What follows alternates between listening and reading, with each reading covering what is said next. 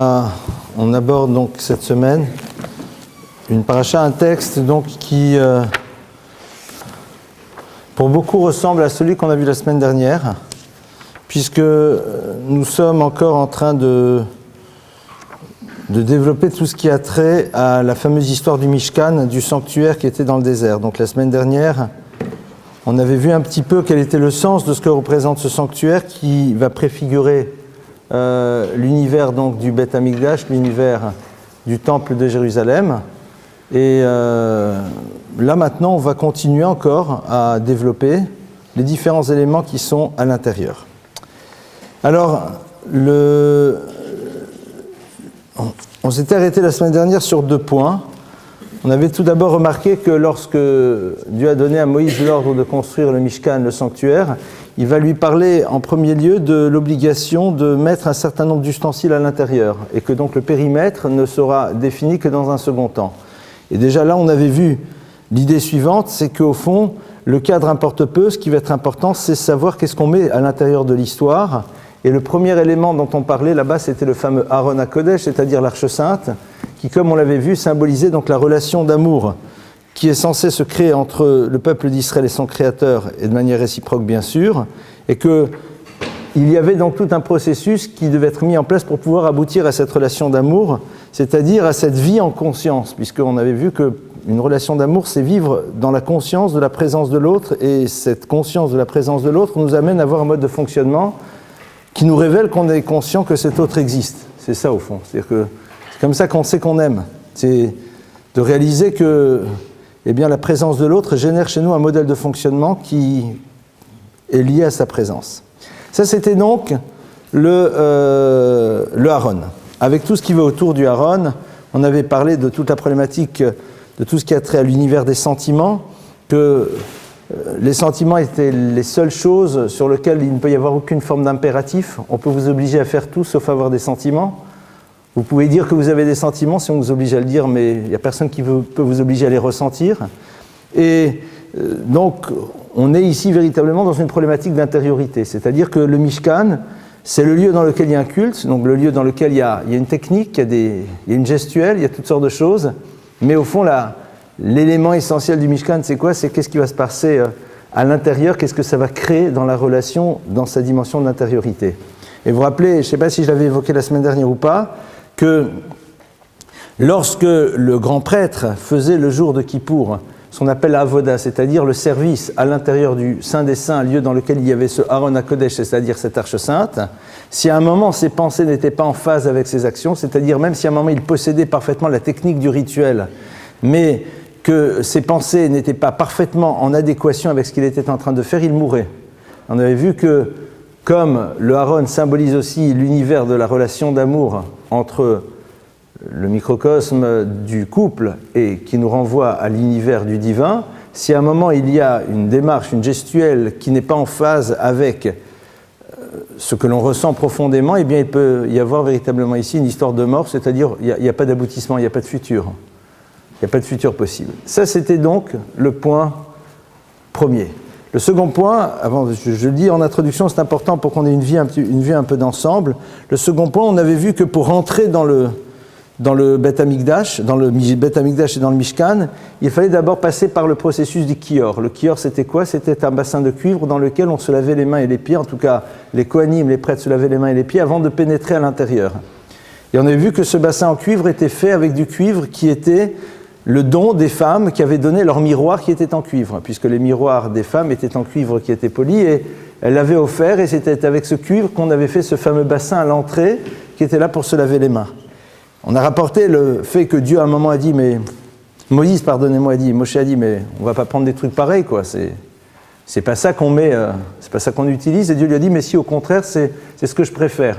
Pourquoi? Parce qu'il lui a rappelé cet épisode dans lequel en Égypte les hommes étaient dans le désespoir absolu, ne voulaient plus avoir d'enfants, et les femmes se sont servies de leur miroir pour pouvoir reconstruire le regard qui lui-même va remettre en place le système qui allait aboutir à la réunion des couples et donc aux enfants qui arrivent. Et on avait vu qu'il y avait ici donc 2 éléments fondamentaux qui sont ceux justement qui nous permettent de pénétrer dans l'univers du Mishkan, c'est-à-dire l'univers dans lequel on crée une relation d'amour. Un, c'est que les femmes ne se sont pas préoccupées du regard qu'on aurait sur elles. Elles savaient très bien que leurs époux respectifs n'étaient pas capables d'entendre une parole bouleversante, une parole qui les remettait en cause. Et donc elles ne se sont pas dit, on va avoir de nous une certaine image parce qu'on va utiliser les artifices de notre beauté pour faire en telle sorte que le couple se remette en place. Elles se sont dit, c'est pas notre problème. Ce que l'on pensera de nous dans l'histoire n'est pas l'élément essentiel. Ce qui nous importe, c'est de faire l'histoire. Et que justement, parce que c'était là et ça avait du sens, alors, c'est ce qui nous renvoie au fait que le passage du profane au sacré, c'est quand vous donnez du sens aux choses. Dès le moment où je donne du sens à une chose, à ce moment-là, je rentre dans l'univers du sacré. Dès le moment où je ne donne pas de sens, eh bien, je suis dans l'univers du profane. On peut profaner aussi le sacré, c'est-à-dire ne pas donner de sens à l'acte sacré qu'on est en train de faire, et donc à partir de cela, il est lui aussi quelque chose de totalement profane. C'est quoi profane ? Profane, c'est la même racine que profanation, d'accord ? La profanation, c'est quoi ? C'est à un moment ne pas donner à une chose la possibilité d'accéder à ce qu'elle devait être. C'est-à-dire faire en telle sorte qu'elle ne soit pas le support de ce qu'elle devait nous amener à réaliser. Lorsque j'empêche une chose d'être le vecteur de ce qu'elle devait construire, alors je la profane. C'est-à-dire, je l'empêche d'exister dans ce qui était son objectif premier. Or, même l'univers du sacré n'est là que pour être vecteur, pour nous amener à quelque chose. Dès le moment où il se suffit à lui-même, il n'est plus vecteur, donc je l'ai profané.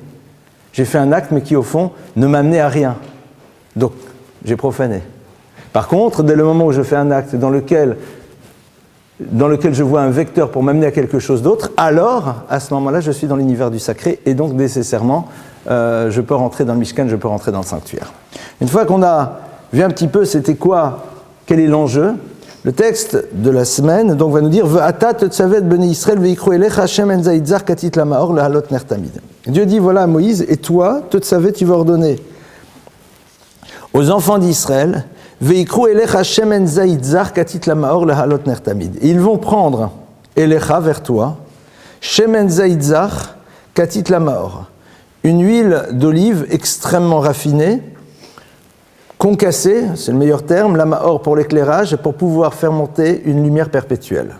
Et donc ici, on donne l'ordre de préparer quelque chose qui ne sera plus un instrument, qui ne sera plus un ustensile, mais un élément qui permettra à un ustensile de fonctionner. De quoi il s'agit ? Il s'agit donc de la fameuse menorah. La menorah qui est au centre, la menorah qui est donc le chandelier à 7 branches sur lequel des flammes brûlent et bien sûr, il faut de l'huile d'olive pour cela. Il y a plusieurs choses à remarquer dans ce verset. Tout d'abord, Ve'ata tetzavé, et toi tu vas ordonner. C'est-à-dire, j'ai l'impression que c'est à Moïse de le dire.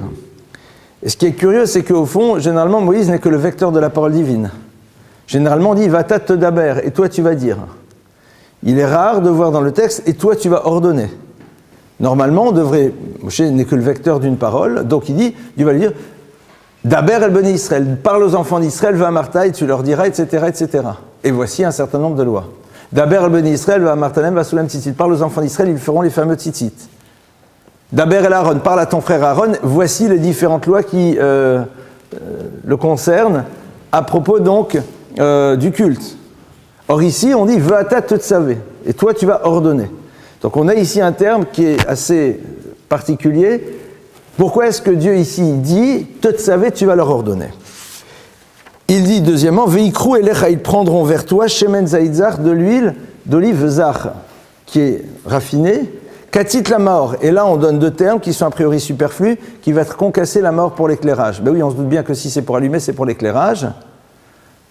Et surtout qu'il va le dire derrière, le halot ner tamid, pour pouvoir faire monter une lumière perpétuelle. Alors on ne va pas réussir sans doute à analyser tout le verset, parce que je veux me diriger aussi vers d'autres choses. On va juste essayer d'ouvrir sur 2-3 points. Tout d'abord, la notion du tzivouï, la notion de l'ordre. Essayons de nous rappeler qu'est-ce qui se passe dans le Mishkan, c'est-à-dire quelle est la finalité d'un lieu pareil. La finalité du lieu du Mishkan, c'est de construire une relation d'amour entre nous et le Créateur de l'univers, c'est-à-dire faire en telle sorte qu'il y ait un lien qui se crée. C'est quoi l'idée du lien ? Le lien, il va passer à travers quoi ? Alors, là, on demande quoi ? On demande aux enfants d'Israël, donc c'est-à-dire que ça s'applique à la totalité de la communauté d'Israël. Est-ce que vous allez dire que la totalité de la communauté d'Israël va fabriquer l'huile d'olive pour pouvoir allumer cette fameuse menorah ? A priori, c'est pas possible. C'est-à-dire, on va pas tout le monde va venir et va dire ouais, je vais faire l'huile d'olive. Surtout qu'on va voir que c'est des lois très particulières comme on l'a fait. Donc déjà ici, on a cette notion-là, tu savais être bnei Israël. tu vas ordonner à la totalité des enfants d'Israël, alors qu'il n'y a qu'une fraction minime d'entre eux qui vont être concernés par cela, puisqu'il faut d'abord que ça soit des oliviers, il faut que ça soit donc des oliviers de très bonne qualité, enfin il y a plein de détails. Mais déjà, pour montrer que tout le monde doit se sentir dans une relation d'unité par rapport à ce que l'on va voir dans un instant. C'est-à-dire que la totalité du peuple d'Israël doit se sentir concernée et doit avoir ce désir que cette huile soit présente. C'est-à-dire que chacun, au fond, doit être capable de se dire « si j'en avais la possibilité, c'est ce que je ferais ». Maintenant, il se trouve que je ne suis pas paysan, il se trouve que je n'ai pas de champ d'olivier, et donc je ne suis pas spécialiste en pression d'huile, donc ce n'est pas moi qui le fera. Mais à la limite, on veut ici qu'il n'y ait pas cette notion de répartition des rôles qui risquerait à un moment de nous faire oublier c'est quoi la finalité commune. Parce que lorsqu'il y a répartition des rôles, au bout d'un moment, chacun se suffit de son rôle et oublie qu'au fond, on se retrouve dans un projet commun. Donc, Vatat Totsavet Ben Israël, c'est quoi ce projet?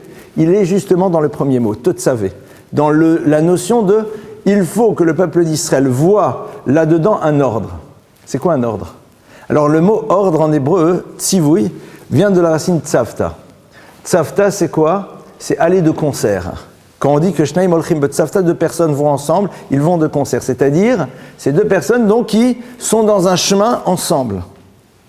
Et donc pour bien montrer que ce Mishkan, le moment où on va allumer la menorah, et on va voir pourquoi ça s'applique sur la menorah, ce qui va faire brûler la menorah, c'est quoi? C'est quelque chose qui est le fruit d'un désir commun au niveau du peuple d'Israël. Et ce désir commun, c'est quoi? C'est que chacun puisse, à un moment, se sentir dans une relation de proximité avec Akadosh Baruch Hu à l'image d'un ami qui est avec l'autre. C'est-à-dire, oui, c'est lui qui va faire telle et telle chose, mais via ce qu'il fait, je dois me sentir moi aussi dans la relation de proximité. Parce que quel est le danger? Le danger, c'est de se retrouver comme dans une sina, en train de se dire, voilà, il y a le monsieur qui chante devant, et puis moi j'écoute. C'est-à-dire, il y a les religieux, quoi. Il y a le religieux qui fait son travail, d'accord? Il y a le clergé, il y a un clergé. Puis il y a le tiers-état, enfin voilà, il y a le reste, quoi. Le clergé fait son travail et donc, d'une certaine manière, ils font leur boulot, donc ça va bien se passer pour nous. C'est pas du tout ça. Or ici, allumer la menorah, pour le matériau, pour la matière première, ça ne va être qu'une fraction infime des membres du peuple juif qui vont la faire. Donc, dire, voilà, ça c'est le clergé, c'est eux. Il va y avoir le Kohen, le prêtre, ils vont pas être 300 à l'allumer. Donc au fond, c'est quelque chose qui est extrêmement limité. Or le danger, c'est de se mettre dans un regard d'observateur par rapport à quelque chose qui est magnifique, qui va nous donner l'illusion d'une spiritualité parce que ça va générer des émotions et ça s'arrêtera là. Et c'est souvent ce qui se passe. C'est-à-dire qu'on va se retrouver au temple de Jérusalem, on va voir cette superbe menorah, on va voir tout ce qui se passe, c'est beau, c'est merveilleux, on est submergé d'émotions et donc ça éveille chez nous un sentiment spirituel. Mais c'est pas ça que Dieu veut. Il dit Vata Totsavet Bnei Israël Veikrou Elecha. C'est-à-dire, au moment où il allume, au moment où on amène l'huile, c'est moi qui le fais. C'est-à-dire, Dieu me l'a demandé à moi. Il se trouve que techniquement parlant, je ne peux pas le faire. Mais il me dit, mais au moment où l'autre le fait, dans la mesure où toi, tu as ce désir de le faire aussi, alors, on est dans une relation de proximité, toi et moi. Ça, c'est cette notion de Totsavet, de Tzivouï. C'est-à-dire, de faire en telle sorte que même si à un moment, nous-mêmes, nous ne pouvons pas techniquement accomplir un acte, malgré tout que nous voyons dans cet acte quelque chose dans lequel nous nous retrouvons nous aussi. Parce que vous savez que le danger du religieux qui est généré par les émotions est dramatique, c'est que, qu'est-ce que vous faites le jour où il n'y a plus d'émotions? Qu'est-ce que vous faites le jour où, en effet, eh bien, les ressentis ne sont plus présents au rendez-vous? Qu'est-ce que vous faites le jour où, de par la force de l'habitude, ça n'éveille strictement plus rien? Et je vous donne un exemple très simple. Il vous arrivait toutes et tous d'aller en Israël au Kotel Amaravi, au mur de lamentation, au mur de l'Ouest, au mur occidental, hein, c'est ça son vrai nom. Alors, on dit que certaines femmes ont pris l'habitude d'aller au Kotel Amaravi avant de se marier. Alors, on demande pourquoi, parce qu'elles veulent s'habituer parfois à parler à des murs. Mais bon, donc on va au mur occidental, d'accord? On est là. Vous vous rappelez, la première fois on y va, les premières fois on y arrive. On est vraiment dans une émotion, enfin on est là vraiment, on est au Kotel, quoi, on envoie tout le monde aujourd'hui des WhatsApp, des machins, j'y suis, je prie, voilà, c'est d'accord. Mais si vous habitez à Jérusalem, vous allez réaliser que ça fait peut-être 6 mois que j'y étais pas. Et la prochaine fois que vous allez à Eilat, vous allez dire, bon, je vais quand même pas faire un détour par Jérusalem, on n'a pas le temps. Et puis la prochaine fois qu'on y va, on se dit, bon alors, dans un quart d'heure, on se retrouve, et puis on est là, et on arrive, et on prend des photos, et c'est sympa, et c'est de l'ambiance, c'est du tourisme. Elle est où, ton émotion? Alors bien sûr, si vous montrez le film de la délivrance du Kotel, tout le monde est là, des petites larmes d'émotion, le chauffard qui sonne, les soldats émerveillés vivent. Ça veut dire que l'essentiel n'a pas été construit. C'est-à-dire que tu dois être capable, au moment où tu t'y trouves, de ressentir exactement la même chose que la première fois. Or, si c'est juste par l'émotion et la magie du lieu, la magie d'un lieu, au bout d'un moment, elle s'efface. Elle disparaît et tu ne la ressens plus. Donc tu es obligé de faire un autre travail. Vata toute sa bête Bené Israël, c'est-à-dire savoir que j'ai envie d'être dans cette relation de proximité et que quand l'autre agit, c'est moi qui agis. Je me sens concerné par son mouvement. Je ne suis pas juste spectateur, je suis acteur de l'histoire, même si techniquement je ne peux pas l'être. Veikru elecha shemen zayit zach. Ils vont prendre donc vers toi cette huile d'olive zach extrêmement limpide, katit la mort qui a été concassée pour l'éclairage. Cette idée de concasser pour l'éclairage s'exprime l'idée du raffinement total et absolu, de quelque chose qui est le plus... Parce que si on réfléchit, demain je vous montre 2 huiles d'olive. Elles éclaireront de la même manière. La première, c'est première pression à fois, la seconde, c'est seconde pression à fois. A priori, la différence est ultra minime et quasiment imperceptible. Alors là, le texte nous dit, attention, tu prends la première goutte des olives qui sont les plus juteuses, qui sont les plus mûres, et celle-là tu prends, et puis après, seulement le reste, tu peux l'utiliser pour d'autres choses. Alors pourquoi? Ben, aussi pour le temple, mais pas pour l'éclairage. Aussi pour le temple, mais pas pour l'éclairage. Pourquoi? Si tu considères qu'en effet, il faut l'excellence de l'excellence, alors ça doit être pour tout le reste. Parce que dans le temple de Jérusalem, à un moment, on amenait des offrandes dans lesquelles il y avait de la farine avec de l'huile. On dit pour ça tu peux. Mais la mort, pour l'éclairage, tu ne peux pas. Mais pourtant, au contraire, l'éclairage, c'est quelque chose qui va faire disparaître cette huile. Si déjà tu me demandes d'avoir le top de l'huile, autant que ça soit dans des choses qui sont du domaine de la consommation pour éventuellement percevoir la différence. Mais là, la différence, elle est invisible, elle est impalpable. Disent nos maîtres, c'est une idée qui est extrêmement connue, on est ici face à quelque chose qui symbolise eh bien, ce qui éclaire le peuple d'Israël dans l'histoire, c'est-à-dire la Torah et son savoir. Et le texte nous dit que, Katit, la première chose qu'il faut que tu saches, c'est que tu ne peux produire véritablement quelque chose qui va se pérenniser dans l'histoire que dans la mesure où cette chose a été soumise sous une certaine forme de pression. S'il n'y a pas eu de pression, si ça n'a pas été écrasé, si ça n'a pas été compliqué, il ne se passe rien. Le Talmud nous dit, Yagati ou Matsati, le Yagati ou Matsati al Tamin. Quelqu'un qui dit, j'ai pas fait vraiment d'efforts, mais j'ai trouvé, dans le domaine de l'étude, ne le crois pas, il n'a rien trouvé. Lo Yagati ou Matsati. J'ai pas fait d'efforts, j'ai trouvé, tu le crois pas. Yagati ou le Matsati. J'ai fait des efforts, j'ai rien trouvé, ne le crois pas. Yagati ou Matsati lo Tamin. Si par contre il dit, je me suis battu, j'ai fait des efforts, j'ai transpiré, et j'ai eu un savoir, la crois-le. Par contre, le texte nous dit, dans le domaine justement du reste, c'est-à-dire de la consommation, donc de l'économie, lo Yagati ou Matsati Tamin. Si quelqu'un te dit, moi au fond, j'ai jamais fait d'efforts, et ça a marché, crois-le. Pourquoi? Parce que c'est quelque chose qui ne lui appartient pas, il n'est juste que celui qui va recevoir ce que Dieu a décidé de lui donner. Il y a quelque chose qui va m'appartenir pleinement, c'est mon savoir. Mon savoir, c'est quelque chose que je ne peux acquérir que dans la mesure où il y a 2 conditions minimales. La première, c'est d'être obligé de fournir l'effort maximal. Et deuxièmement, de savoir que la finalité, c'est d'obtenir un savoir qui soit le plus clair, le plus raffiné, d'être dans l'excellence. D'être dans l'excellence. L'excellence, ce n'est pas dans la manière dont on organise une table, mais dans la manière dont on organise son savoir, sa connaissance, et dans la manière dont on essaye de la transmettre. C'est là où en effet Hachem dit voilà, sache que maintenant qu'on a parlé du Aaron qui est au centre, qu'on a parlé du passage du profane au sacré, maintenant je vais te dire il y a quelque chose qui va être fondamental. C'est quoi? C'est que comme le Talmud nous le dit, le Beth Amikdash, le sanctuaire, le temple de Jérusalem éclaire l'univers. Il faut savoir que le sanctuaire de Jérusalem, qui est donc la suite du Mishkan, eh bien, avait des ouvertures, mais qui étaient des meurtrières inversées. C'est-à-dire, ce n'était pas à l'extérieur comme cela et à l'intérieur comme cela, c'était le contraire, des meurtrières inversées, parce que c'était de l'intérieur que sortait la lumière vers l'extérieur. Ce qui va éclairer l'univers, c'est le fruit d'un savoir qui lui-même démarre dans l'effort et a une tension vers l'excellence. Même si a priori, l'autre ne peut pas le percevoir. Ce qui fait qu'à un moment, un savoir se transmet, c'est qu'on veut faire en telle sorte qu'il soit le plus raffiné possible, le plus authentique possible, le plus vrai possible. On raconte d'ailleurs, il y a plusieurs histoires, certains en connaissent sûrement, de maîtres qui, lorsqu'on leur posait des questions, étaient parfois capables de répondre, mais ne donnaient pas les réponses. parce qu'au plus profond d'eux-mêmes, ils savaient que même si cette réponse pouvait être entendue, ce n'était pas vrai. La réponse pouvait satisfaire ceux qui étaient en face d'eux. Elle les aurait parfaitement satisfaits. Mais c'était pas à 100% ça. Donc ça ne pouvait pas être dit. Paradoxalement, le fait de ne pas répondre pourrait amoindrir la force du maître. Ce sont ces maîtres qui, justement, ont la parole qui porte le plus. Parce qu'il y a une dimension que l'on appelle sgoulit, c'est-à-dire qui va au-delà de la simple logique, et à la fois dans l'acquisition et en même temps dans la transmission du savoir.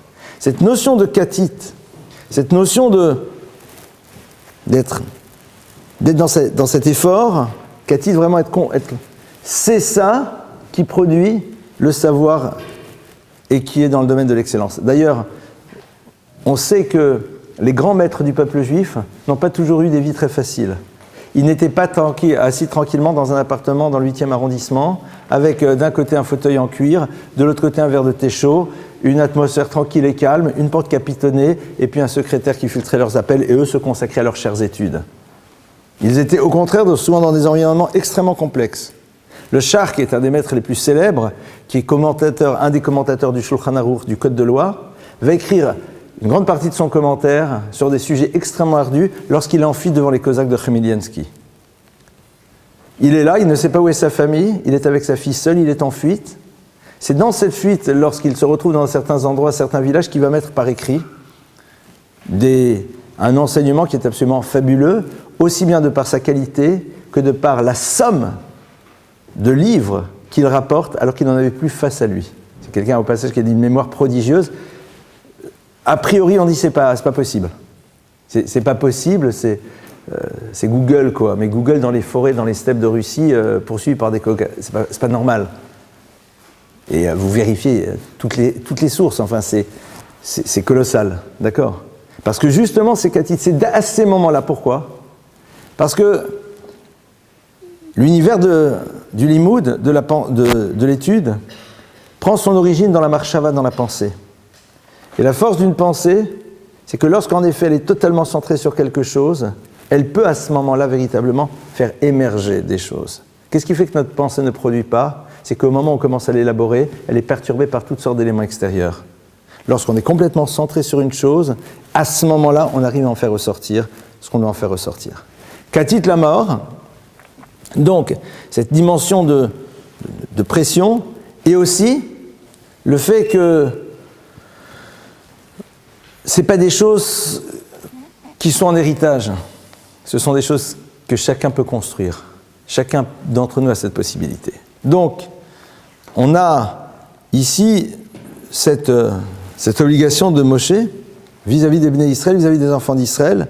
Et ce qui est très intéressant, c'est que donc Moshe va le faire. Et ici, il y a un enseignement d'un maître qui s'appelle Raphaël Shmulevitz, qui dit la chose suivante. Il va nous dire que lorsque Moshe Rabbeinu, lorsque Moïse, notre maître, va donner cet ordre, et il va dire, vous allez maintenant donc faire cette huile, au fond, il parle d'huile qui va être utilisée pour pouvoir allumer cette fameuse menorah, mais il est en train, au fond, de lancer le processus qui va aboutir à l'activation du sanctuaire. Et qui va activer le sanctuaire ? A priori, lui, il a participé, il était là, mais il y a un autre qui va l'activer, c'est qui ? C'est son frère Aaron. Son frère Aaron, et pourquoi j'en parle ici ? Parce que l'histoire de l'huile, dont on parle là maintenant, eh bien, comme par hasard, à un moment, on la retrouve dans la relation entre les deux frères. Pourquoi ? Il y a un verset qui dit « Kashemen atov yored al harosh, zekan Aaron shored al pi minatav » Comme la belle huile qui va descendre par la suite sur la barbe de Aaron, deux fois, yored al zakan zkan Aaron, l'huile donc d'onction, qui descend sur la barbe d'Aaron, etc. À un moment, on nous parle d'une huile, alors là, il s'agit d'une autre huile, qui est l'huile d'onction, c'est-à-dire l'huile qui était mise sur la tête du prêtre avant qu'il commence à être consacré pour pouvoir faire son culte. Et on nous dit là-bas, elle coule sur la barbe, alors, sur la barbe d'Aaron. Talmud dit maintenant, la barbe d'Aaron, c'est quoi cette répétition ? Il dit non, deux barbes. Alors vous allez dire, c'est encore cette histoire de barbu. On dit non, il y en a deux, il y a celle de Moïse et celle de Aaron. Pourquoi ? Parce que justement, on nous dit que Moïse, Moshe Rabbeinu, pour différentes raisons qu'on n'a pas développées maintenant, ne va pas être celui qui va faire le culte dans le temple. Ça va être son frère. Normalement, ça aurait dû être lui. Mais pour différentes raisons, ça ne sera pas lui. Et le texte nous dit que Moshe Rabbeinu, cette huile d'onction qui est sur son frère, c'est comme si elle était sur lui. C'est-à-dire qu'il est rempli d'une joie immense de voir que son frère va remplir un rôle qu'il aurait dû jouer. D'où Moïse trouve cette force-là? D'où est-ce que Moshe Rabbeinu arrive à trouver cette force et cette joie extraordinaire de savoir que ça ne va pas être lui mais l'autre? C'est justement de là. Vata tetzavet bnei Israël. Au moment où Dieu lui dit, mais au fond, c'est quoi la finalité de toute cette histoire? La finalité de toute cette histoire, c'est justement de construire cette relation de proximité. Et donc, dans la mesure où c'est pas toi et c'est ton frère, ça veut dire que la relation de proximité, tu vas devoir la construire d'une manière différente. Mais c'est ça qui est essentiel. C'est-à-dire qu'à un moment, il n'y a pas de hiérarchie qui t'empêche de créer une relation. Chacun doit avoir sa spécificité. C'est la grande difficulté qu'on a, c'est de dire, bon, lui, d'accord, mais pas moi. Non. Moshe Rabbeinu, le texte nous dit, quand son frère est consacré, c'est comme si lui l'était. Mais attends, mais c'est pas moi. C'est-à-dire que c'est lui qui va avoir ce privilège. Moshe Rabbeinu, il sait très bien que non. Qu'il aura en effet une fonction particulière. Mais ce qui est la finalité, c'est quoi? C'est la relation de proximité. On reste égal. C'est-à-dire qu'à aucun moment, on ne peut être jaloux d'une histoire que l'autre vit et pas moi, dans la mesure où la finalité est la même, c'est que cette histoire ou une autre doivent nous amener une relation de proximité avec le Créateur. Ça, c'est... Aujourd'hui, on travaille un petit peu plus dans l'univers du religieux. D'accord? Parce que la grande difficulté qu'on a, c'est de ne pas avoir d'ambition dans l'univers spirituel. On n'a aucune forme d'ambition. On n'est pas dans ce désir. Si on n'a pas de désir, alors on ne pourra pas accéder à grand-chose. Et le texte dit, voilà, ce désir-là, il doit être présent chez tout à chacun. Voici quels sont les éléments qui pourraient bloquer la personne et lui dire, mais de toute façon, c'est pas mon job, j'y arriverai pas, c'est pas moi, c'est l'autre, tu vois bien, c'est lui le grand prêtre, c'est lui ceci, c'est lui le rabbin. Donc c'est chez lui que ça se joue, pas chez moi. On regarde avec admiration le saint, le machin. Mon cher Rabbeinu dit, mais non. Il se trouve que c'est lui pour différentes raisons. Mais au moment où on l'a fait chez lui, c'est comme si on l'a fait chez moi. Pourquoi? Parce que moi aussi, je vais pouvoir atteindre la même chose. Avec un poste différent, avec une fonction différente, avec une place différente. Mais la finalité de l'histoire, je la créerai de la même manière. C'est quoi? C'est la création du lien. Pourquoi j'insiste beaucoup sur cette notion de création d'un lien? Pourquoi c'est si important? C'est que, à un moment, le prophète nous dit que la totalité du rituel du temple dégoûte Dieu. C'est ce qui est fort. Dieu dit, moi, j'en ai assez de vos... qu'est-ce que vous m'amenez de toutes ces offrandes, tous ces sacrifices, qu'est-ce que vous faites de toutes ces fêtes? Ça ne m'intéresse pas. Ça ne m'intéresse pas du tout, je m'en moque. Pourquoi? Parce qu'au fond, tout ça, ce n'est plus que l'expression d'une dimension extérieure, mais votre cœur n'y est pas. Donc, à un moment, il dit, mais si c'est ça, ça ne m'intéresse pas. On ne peut pas s'étonner de ne pas avoir un retour dans une relation amoureuse si quelque part on a oublié que ce qu'on devait faire, c'est justement pour la construire. C'est-à-dire que c'est un moment où Dieu dit, mais vous êtes dans l'illusion d'une relation parce que vous êtes dans une gestuelle. Mais Dieu qui sait très bien ce qui se passe à l'intérieur de l'homme, voit que derrière cette gestuelle, il n'y a rien. Qu'on est spectateur de l'histoire. Vous savez, dans la vie, parfois, on est spectateur de sa propre histoire. On se voit agir, on est persuadé que ce que l'on fait, ça veut dire. Et souvent, on va dire à l'autre, mais regarde ce que je fais, donc ça veut dire. Le jour où on commence à le dire, ça veut dire que on vient de dire que justement, il n'y a rien. Si tu as besoin de dire, regarde ce qui se passe, donc ça veut dire, ben, ça veut dire que justement, il n'y a pas. Parce que s'il y avait, tu n'aurais pas besoin de le dire. Et c'est vrai que c'est vers cela que le texte, dès le début, nous engage. C'est-à-dire que dès le début, le texte dit attention. Sinon, après, puisque la finalité du lieu, c'est quoi? C'est de la création de la relation. Puisque la relation n'existe plus, ce lieu n'a plus sa raison d'être. Et au passage, c'est ce qu'on dit. Le Talmud nous dit que lorsque Titus vient et veut détruire Jérusalem, et il commence à détruire le temple et tout, alors il est là, ouais, je suis fort, tac, il fait tout exploser. Dieu dit, mais attends, tu te moques du monde. Kemar tachun tachanta. Il dit, tu n'as fait que moudre une farine qui était moulue. Il dit le temple, il a déjà implosé, il n'a plus de structure spirituelle. Donc il n'est ici qu'à travers des éléments matériels. Puisque la structure spirituelle n'est plus présente, eh bien il suffit d'une chic note pour pouvoir tout exploser. Ça ne tiendra pas. Pourquoi ? Parce que l'élément qui était la justification n'est plus présent. Donc il n'y a pas de raison d'être. Donc il n'y a aucune raison d'être. Et ça c'est intéressant parce que c'est fondamental aussi dans l'univers des relations. Je ne pensais pas vous faire ce lien, mais l'idée me vient. Au moment où je suis en train de vous parler, c'est que c'est la même chose. Parfois, en effet, l'ossature spirituelle d'une relation n'est plus là. Il suffit d'un rien pour que tout s'écroule. Pourquoi ? Parce que justement, ce n'est sous-tendu par rien. Mais pourtant, tout est là. C'est-à-dire que le temple qui est détruit, mais qui au fond ne tient déjà plus, c'est un temple dans lequel on continue jusqu'à la dernière minute à se faire des sourires. Jusqu'à la dernière minute, on fait tout ce qu'il faut. Tout est fait. Mais il n'y a plus rien. Pourquoi ? Parce que le vata tsavé, parce que le tsivouille, la notion du tsavta, n'existe pas. Parce que là, c'est plus Béné Israël, c'est les Lévim, c'est les Kohanim, c'est eux, c'est pas moi, c'est... Voilà. Ça, c'est donc l'élément sur lequel on peut essayer de réfléchir. Maintenant, autre élément, le texte nous dit le halot ner tamid. Quel est l'objectif ? C'est le halot ner tamid, c'est pour pouvoir faire allumer donc cette lumière perpétuelle. Et là, c'est curieux parce que ici, dans ce texte, on va utiliser donc d'un mot pour nous parler d'un allumage qui n'est pas le mot allumage. Normalement, pour l'allumage, on devrait dire le hadlik. Hadlaka, c'est le terme adéquat pour parler d'allumage. Or, de manière assez surprenante, ici, on parle donc d'une huile d'olive qui est là pour pouvoir allumer cette lumière perpétuelle, mais on n'utilise pas le mot allumage. De la même manière, lorsque, plus tard dans le livre de Bamidbar, on va reparler de la menorah, du fameux candélabre, on va dire Behalotret anerot, on va utiliser le même terme, de le haalot, c'est-à-dire de faire monter les lumières, et non pas de nouveau de hadlaka. Je ne sais pas si vous vous rappelez, mais je pense que l'année dernière, dans le cours sur Balotra, j'ai dû sûrement le souligner. Rashi ici nous dit la chose suivante, Rashi s'arrête bien sûr sur le terme, il dit pourquoi il y a marqué le haalot, pourquoi est-ce qu'il n'y a pas marqué pour allumer, et il nous dit ça, Madlik Hachete Shalevet Olam Elea. Alors là, il rapporte un texte du Talmud qui nous donne a priori un élément technique sur l'allumage dont on ne voit pas l'intérêt.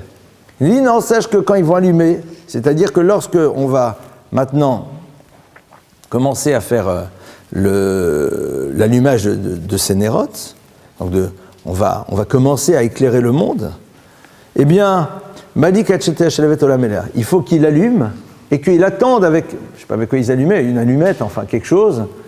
Il doit attendre, c'est-à-dire il doit rester à proximité de la mèche jusqu'à ce que la mèche monte par elle-même.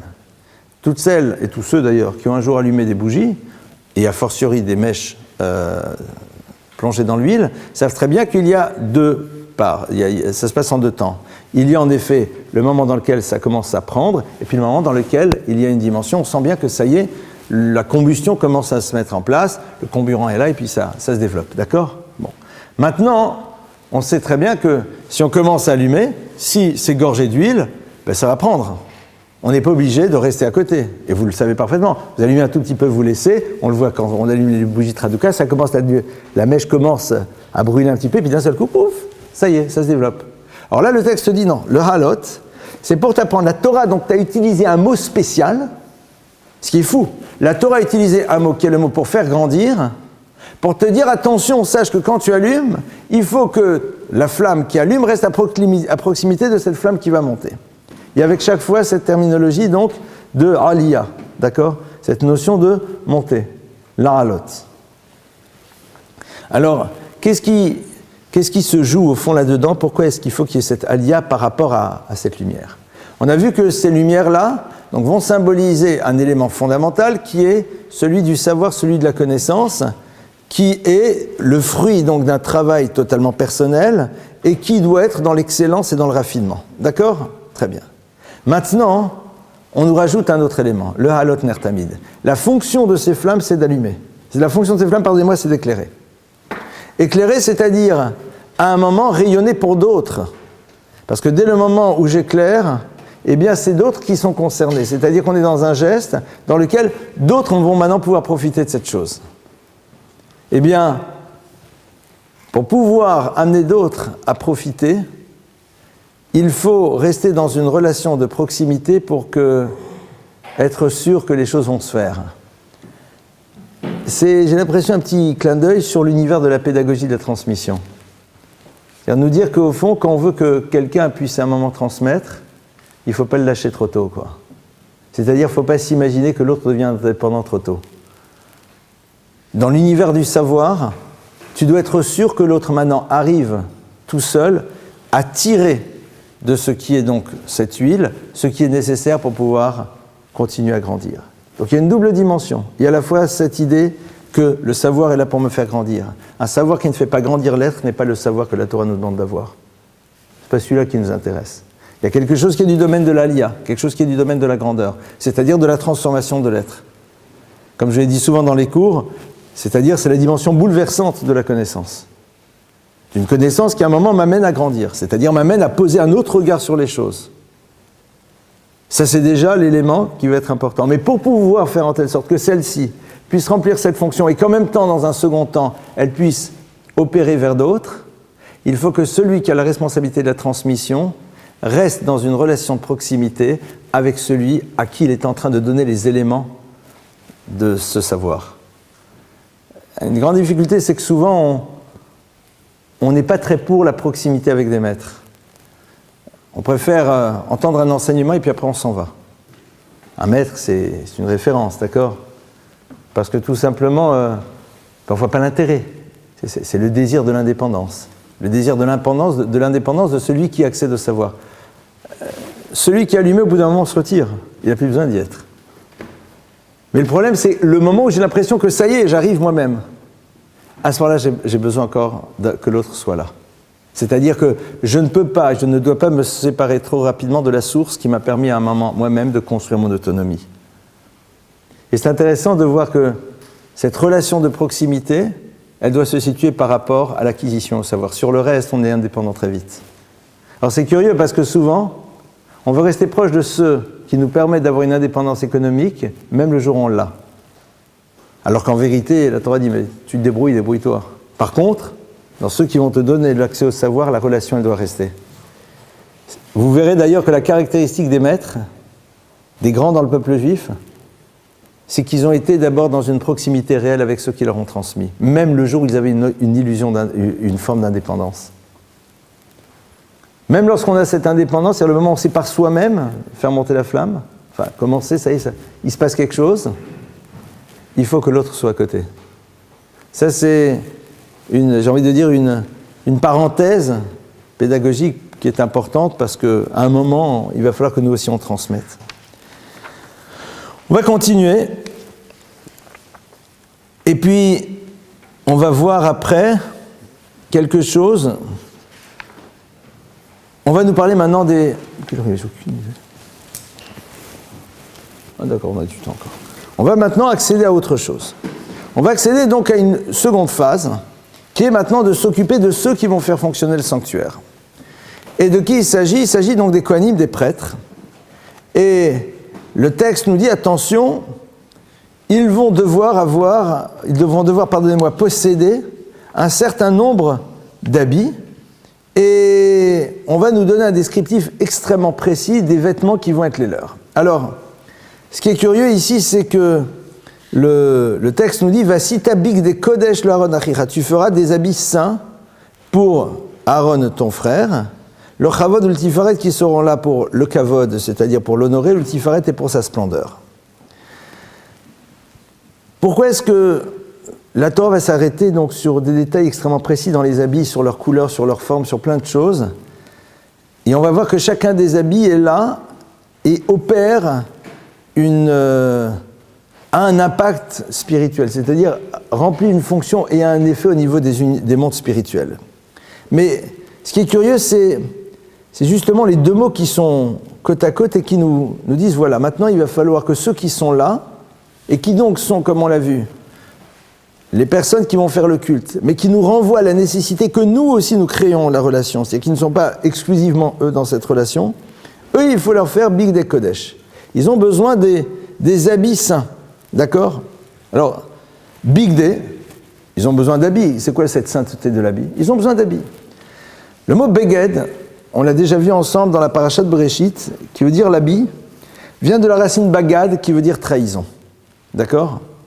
Et on avait vu qu'en effet, pourquoi l'habit c'est la trahison? Parce que l'habit se dit beged, beged c'est 3 lettres, bet, gimel et dalet. Alors ceux qui connaissent l'alphabet hébraïque savent que la lettre bet, gimel et dalet sont la lettre 2, 3 et 4 de l'alphabet hébraïque. Alors que la première lettre qui est le aleph, elle n'est pas là. Et en effet, le premier habit de l'histoire, c'est le habit de Adam et de Ève, qui donc ont trahi. C'est-à-dire qu'ils n'ont pas voulu se rappeler du concept du aleph. C'est quoi le aleph? Le aleph, c'est la lettre dont on n'a pas besoin, mais qui existe. Et qui donc nous révèle que le langage qui est créateur, il a une dimension divine.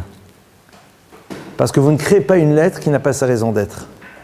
Vous voyez, même dans d'autres lieux, un jour on travaillera plus sur les lettres, c'est passionnant. Regardez, en français, vous savez très bien que là où il y a par exemple un accent circonflexe, c'est qu'avant il y avait quoi? Un S, bravo. Ouf, il y en a qui savent, ça me rassure. D'accord? Mais même l'accent circonflexe un jour va disparaître, comme les E, à la fin les E muets, les H muets, au bout d'un moment, et c'est ce qu'on voit, au bout d'un moment, ils ne sont pas là. Pourquoi? Parce que la lettre Aleph, elle ne veut rien dire. C'est-à-dire, si je vous demande de dire Aleph, mais juste au niveau du son, vous faites quoi? Si vous dites A, c'est la lettre Aleph avec voyelle. La lettre avec une voyelle. Si je vous demande de prononcer la lettre B, vous faites B. B. Gimel, G. D.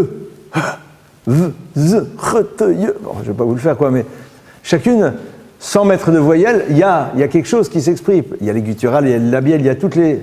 La lettre Aleph, c'est. Alors, d'après certains maîtres de la Kabbale, l'ouverture de la bouche qui provoque donc un changement au niveau de l'air qui est à l'intérieur du corps, c'est ça la lettre Aleph. Mais va l'entendre, mon frère. Cette lettre, au fond, elle symbolise quoi? Mais justement, un univers dans lequel le créateur du langage, qui est à l'origine de la création, te dit bien que tu n'es pas obligé de percevoir la dimension, la présence des choses pour qu'elles existent, quoi. Je reviendrai un jour là-dessus si vous le voulez, parce que ça serait un trop long développement. En tout cas, Beged, l'habit, c'est l'univers de la trahison. C'est l'univers de la création dans lequel on a retiré Dieu. C'est l'alphabet qui est donc la matrice qui permet de créer des mots, qui eux-mêmes sont créateurs d'énergie, qui sont à la suite créateurs de l'univers. C'est celui dans lequel tu as retiré la première lettre, la lettre primordiale, et qui donc nous renvoie à l'absence de Dieu.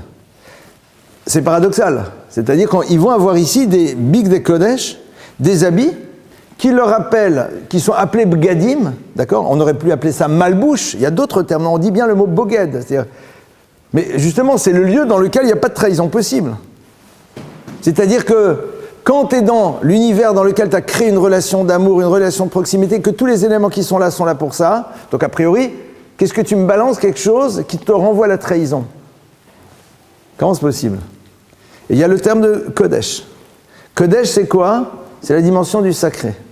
La dimension du sacré, elle se définit dans la Torah par deux choses. Il y a à la fois la capacité de se sentir séparé, c'est-à-dire d'avoir une dimension unique. Donc de faire en telle sorte que chaque chose ait une dimension unique et ne soit pas interchangeable.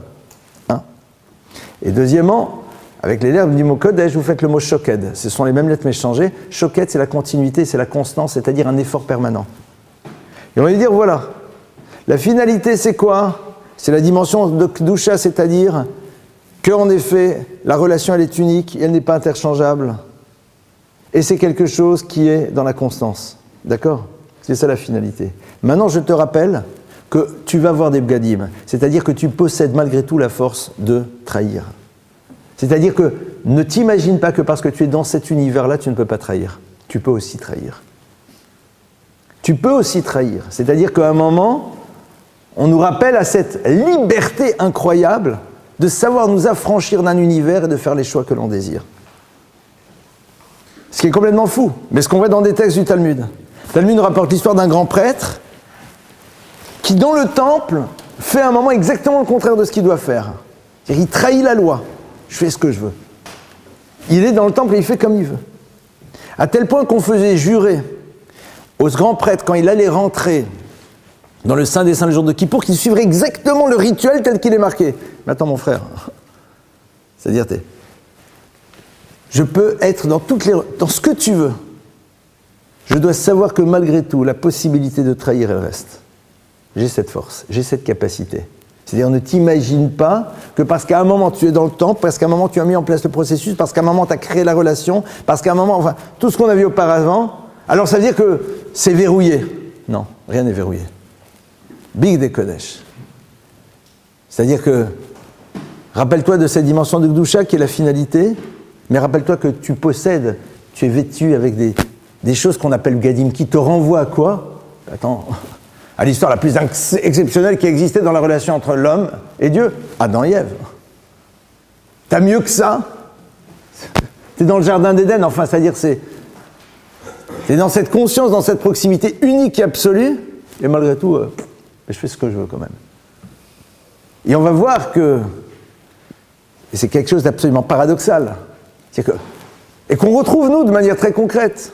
C'est-à-dire si demain je ouvre aux gens et je leur dis voilà les lois de la synagogue, et dans la même synagogue dans laquelle ils sont en train exactement de transgresser cette loi. Tu te fous du monde, quoi. Mais c'est ce qu'on peut faire, hein. C'est qu'à un moment, on peut être dans le cadre, dans le lieu, voire même dans le rituel, et exactement faire le contraire. C'est un petit peu... Ça n'existe plus maintenant, en tout cas plus dans les synagogues, j'ai envie de dire, respectueuses de la loi. D'accord ? J'aime pas donner des affiliations. Mais il n'y a pas si longtemps que ça, le vendredi soir, quand on faisait le kidouche, c'était avec l'orgue et avec les chœurs. C'est-à-dire, tu sanctifies le Shabbat en faisant exactement ce qui s'appelle la profanation du Shabbat. C'est Big de Kodesh. T'es dans la Gdoucha, t'es dans le Boged. C'est incroyable, c'est ça. Voilà, c'est ça, Big de Kodesh. T'es dans la Gdoucha, voilà, t'es Dieu, t'as le cos, t'as le truc, c'est marqué où c'est dans la Torah, dans la même Torah. T'es en train de parler du Shabbat que t'es en train de transgresser. C'est génial. C'est extraordinaire. C'est fabuleux, quoi. C'est la génialité de l'homme, j'appelle ça. C'est sa génialité, quoi. C'est comme quand quelqu'un se convertit, au moment où il se convertit, il pense qu'en vérité il se convertit, mais il ne fera pas tout. Parce qu'il y a son copain ou sa copine qui l'attend dehors. Tu te trompes et au moment où tu le fais, t'es boged. T'es boged au moment même. C'est-à-dire, tu sais au plus profond de toi-même qu'il y a quelque chose que tu n'as pas le droit de faire, que tu vas faire quand même. Alors, à quoi tu joues? C'est le même principe. Et ça, c'est dans le Mishkan, c'est-à-dire c'est dans le lieu qui est le lieu de proximité par excellence. Et ça nous renvoie au fond. Il y a à la fois la puissance de ce qu'est un être humain, cette liberté dont on dispose, et cette immense petitesse qui peut être la nôtre aussi. Parce que, quelque part, c'est cet orgueil qui est l'expression de la chose la plus petite qui soit. Voilà, c'est un petit peu quelques ouvertures sur la paracha que je voulais partager avec vous. C'est donc beaucoup d'autres choses à voir dans l'analyse des textes, mais on va s'arrêter ici et on va passer à vos questions. Allez-y, à vous les questions. Il est bien 10h05, hein, à vous les questions. Oui. Je fais un petit retour. Rewind, ouais. Mais, quel rapport avec la relation d'amour et le Aaron? T'étais là la semaine dernière? Ah, d'accord. Je ne vais pas refaire le cours de la semaine dernière. Très rapidement, 3 mots. La semaine dernière, on a vu que le Aaron HaKodesh, que l'Arche Sainte, c'était l'expression de la relation d'amour pour de multiples raisons. Une des raisons, c'est que d'abord, l'Arche Sainte dans laquelle il y a la Torah, elle est faite dans un bois qui est recouvert d'or à l'intérieur et à l'extérieur, pour nous renvoyer à l'idée de l'être et du paraître, et de la convergence absolue qui doit être présente. D'accord ? Ça, c'est déjà le premier point. On a vu que le Aaron, il était surplombé par les Kruvim, par les chérubins, qui ont l'apparence du masculin et du féminin qui s'enlacent. C'est-à-dire qu'on nous montre que l'objectif, c'était quoi? C'est de créer une relation dans laquelle on est totalement tourné l'un vers l'autre, comme le texte nous dit. Voilà, ça on a développé beaucoup plus longuement. Je te donne juste ces deux axes-là. On dit aussi que là où il y avait l'Arche Sainte, c'est un texte dans les prophètes qui nous dit que ça s'appelait Cheder Amitot, la chambre d'Élie. C'est-à-dire le lieu dans lequel on est dans l'intime par excellence, qui est l'aboutissement d'une relation d'amour qui s'est passée d'abord au niveau de l'esprit et de l'âme. D'accord ? La relation d'amour, elle ne commence pas là. Elle trouve son aboutissement. C'est pas la même chose. Voilà, c'était bon, mais je ne peux pas te résumer 1 heure de cours, quoi. Je suis désolé. Autre question ? Oui. À un moment, vous avez dit que Hachem, il en a eu marre de voir tous ces rituels finalement se mettre en place, mais je ne comprends pas pourquoi ça fait entre la semaine dernière et cette semaine, on a vu 2 textes où on parle beaucoup du matériel. Alors, certes, nous, en 2016, on a toutes les explications des grands maîtres, mais à l'époque où ils ont reçu, où Moïse a rapporté ça, un homme qui sait rien, c'est sûr qu'il va interpréter ces choses-là de manière très carrée, quoi. Alors, je comprends pas pourquoi est-ce que dans ce cas, on s'attache autant au matériel et pourquoi est-ce que Hachem en aurait eu marre justement de ça. Alors d'abord, tu pars d'un postulat qu'aujourd'hui on est au courant, mais aujourd'hui on ne fait que retrouver ce qu'il savait. C'est pas la même chose. Rappelle-toi que la génération qui quitte l'Égypte s'appelle Dordéa, c'est-à-dire la génération de la connaissance par excellence. Rata Shifralayem Achel Menbouzi, qu'une servante, c'est-à-dire une femme qui nécessairement n'avait pas eu accès ni au savoir, ni à la culture, ni à la connaissance, hein, c'est pas un problème de hiérarchie, mais une femme qui au fond n'avait pas d'accès au savoir, a une perception plus élevée de la divinité que va avoir le prophète Ézéchiel au moment de sa prophétie, qui est la prophétie par excellence la plus complexe qui soit. Donc il y avait un savoir, il y avait une connaissance qui était immense. Mais justement, en face de ça, il y avait cet orgueil lié à justement cette capacité de savoir. Il y avait les deux. N'oublions pas que le problème majeur dans l'histoire du peuple juif, ça a été essentiellement une problématique de midot, c'est-à-dire de traits de caractère. La Gemara nous rapporte l'histoire, la Gemara nous dit il y avait une génération dans laquelle tout le monde connaissait la Torah. Ils partaient à la guerre, ils perdaient toutes les guerres. Il y avait une génération dans laquelle c'était très borderline. Mais il y avait une vraie unité, il y avait un vrai amour des uns des autres, ils partaient à la guerre, ils gagnaient. C'est-à-dire que la finalité, c'est dans l'univers des midot. L'univers des midot, c'est les traits de caractère. Et ça, on est dans le problème de celui qui, à un moment, dans l'orgueil, de penser que moi, je fais ce que je veux. Donc tu peux être dans une connaissance et à un moment dire, mais voilà, pour moi, je fais ça, et puis ça veut dire ça et pas autre chose, et puis je m'arrête là. Et à un moment, Dieu dit, mais attendez, mais la finalité des mitzvot, c'était de vous transformer au niveau de vous-même. Mais Dieu, à ce moment-là, parce que si tu regardes le texte, il dit, qu'est-ce que j'attends de vous? Enlevez les chaînes des opprimés. Écoutez les pauvres qui n'ont pas, soyez en rêve. C'est de tout ça dont il parle, c'est-à-dire toutes ces mitzvot, elles avaient la finalité, c'est de vous transformer en tant qu'individu. Et Dieu dit, mais si ça, vous n'avez pas voulu vous laisser transformer et vous êtes arrêté à l'acte, ça ne m'intéresse plus. C'est comme si demain, je suis désolé, mais je vais le dire de cette manière, demain tu es marié, tu fais un bon repas à ton mari. Et puis tu lui balances l'assiette sur la table et puis tu lui souris pas. Il dit, qu'est-ce que je m'en fiche? Garde-le ton pas. C'est-à-dire, quelque part, le repas, il est beau, tout est là. La personne, elle est à l'extérieur, mais en vérité, l'élément essentiel, il n'est pas présent. Et ça, c'est juste dans la relation entre toi et lui.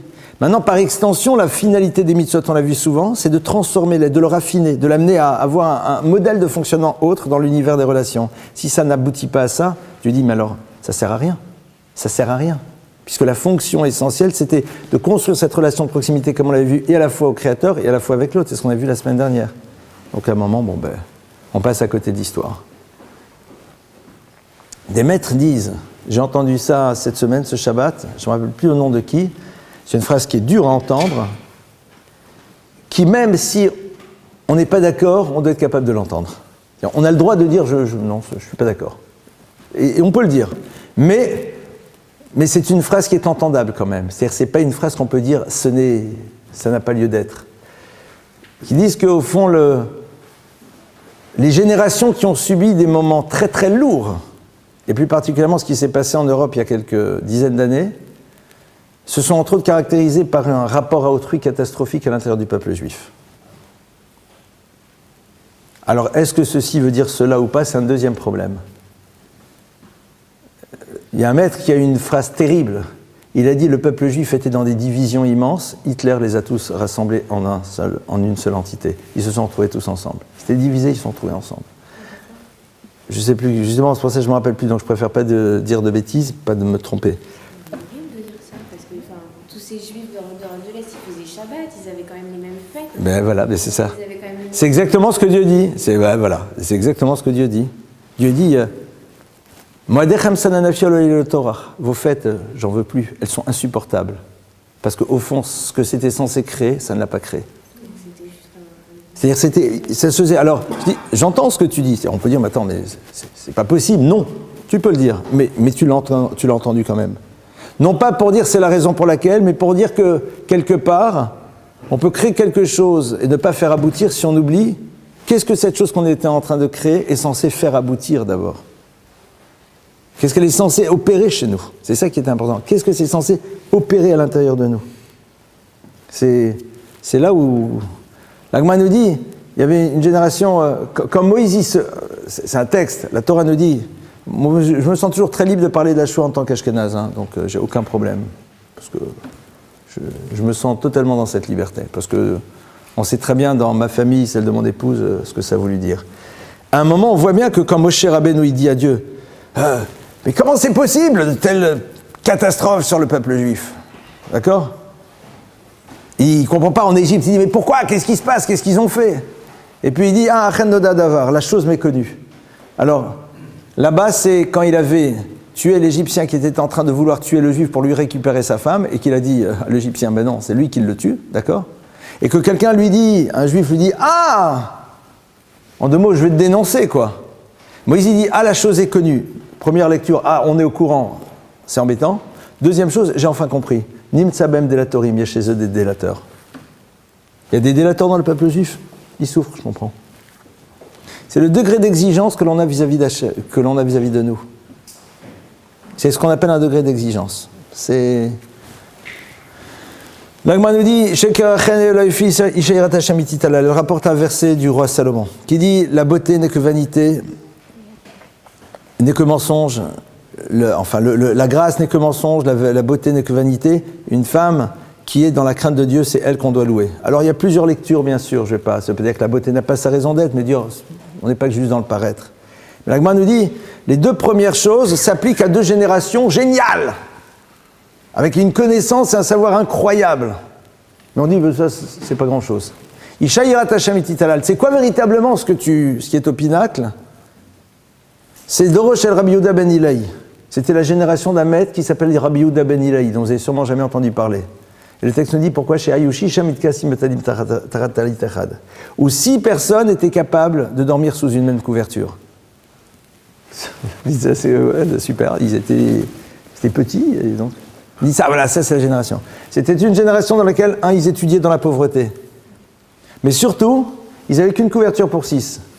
Dites-moi, ça vous arrivait une fois d'avoir une couverture pour plusieurs? Comment est-ce qu'on fait pour que quand on est à plusieurs, tout le monde arrive à être couvert avec une seule couverture? C'est quand il y a une technique, il n'y en a pas deux. C'est quand chacun cherche à ce que l'autre soit couvert. Quand chacun veut que l'autre soit couvert, tout le monde est couvert. Quand chacun cherche à être couvert, personne n'est couvert. C'est-à-dire qu'à un moment, cette Torah, elle a réussi à créer ça. Au moment où je vois cette couverture et que j'ai froid, je pense que l'autre il a froid. Et ce que j'ai envie, c'est que l'autre lui aussi soit réchauffé. Mais l'autre, c'est la même chose. Et au passage, et je vais conclure là-dessus, l'Agmara nous dit que c'est une très belle histoire. Il nous dit que le lieu du temple, il a été construit, il a été choisi sur la base de quoi? Pourquoi c'est ça? On raconte une histoire, on dit que c'était un lieu dans lequel il y avait un champ sur lequel il y avait 2 frères. Et ces 2 frères-là, un était marié, l'autre ne l'était pas. Et le Talmud nous raconte une forme de dialogue que je vais réactualiser à ma manière, mais la base est claire, quoi. C'est qu'un frère, un jour, a récolté avec son frère, et puis ils ont séparé en de la récolte, ils sont associés, et puis celui qui n'a pas d'enfant est en train de réfléchir à son frère et se dit, mais bon, moi, je sais pas, c'est vrai que j'ai des besoins, mais pas énormes, quoi. Mon frère, femme, enfant, machin, l'essence, la voiture, enfin, tout ce qu'il faut. Il devrait en avoir plus. Mais bon, je vais faire ça un peu discrètement.